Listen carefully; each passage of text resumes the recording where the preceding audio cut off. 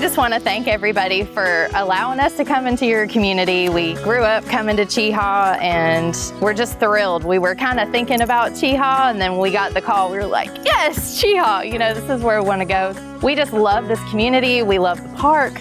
We actually celebrated our 2nd anniversary glamping, and we just made memories that we'll never forget, and we really just want other people to do that.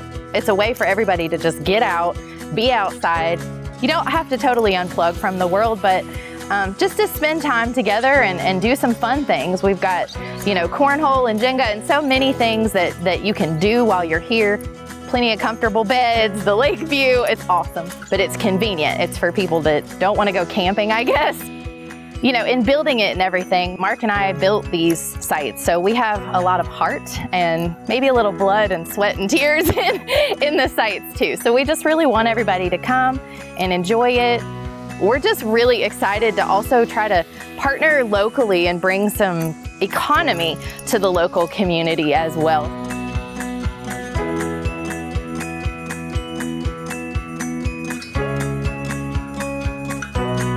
We can't do this without family.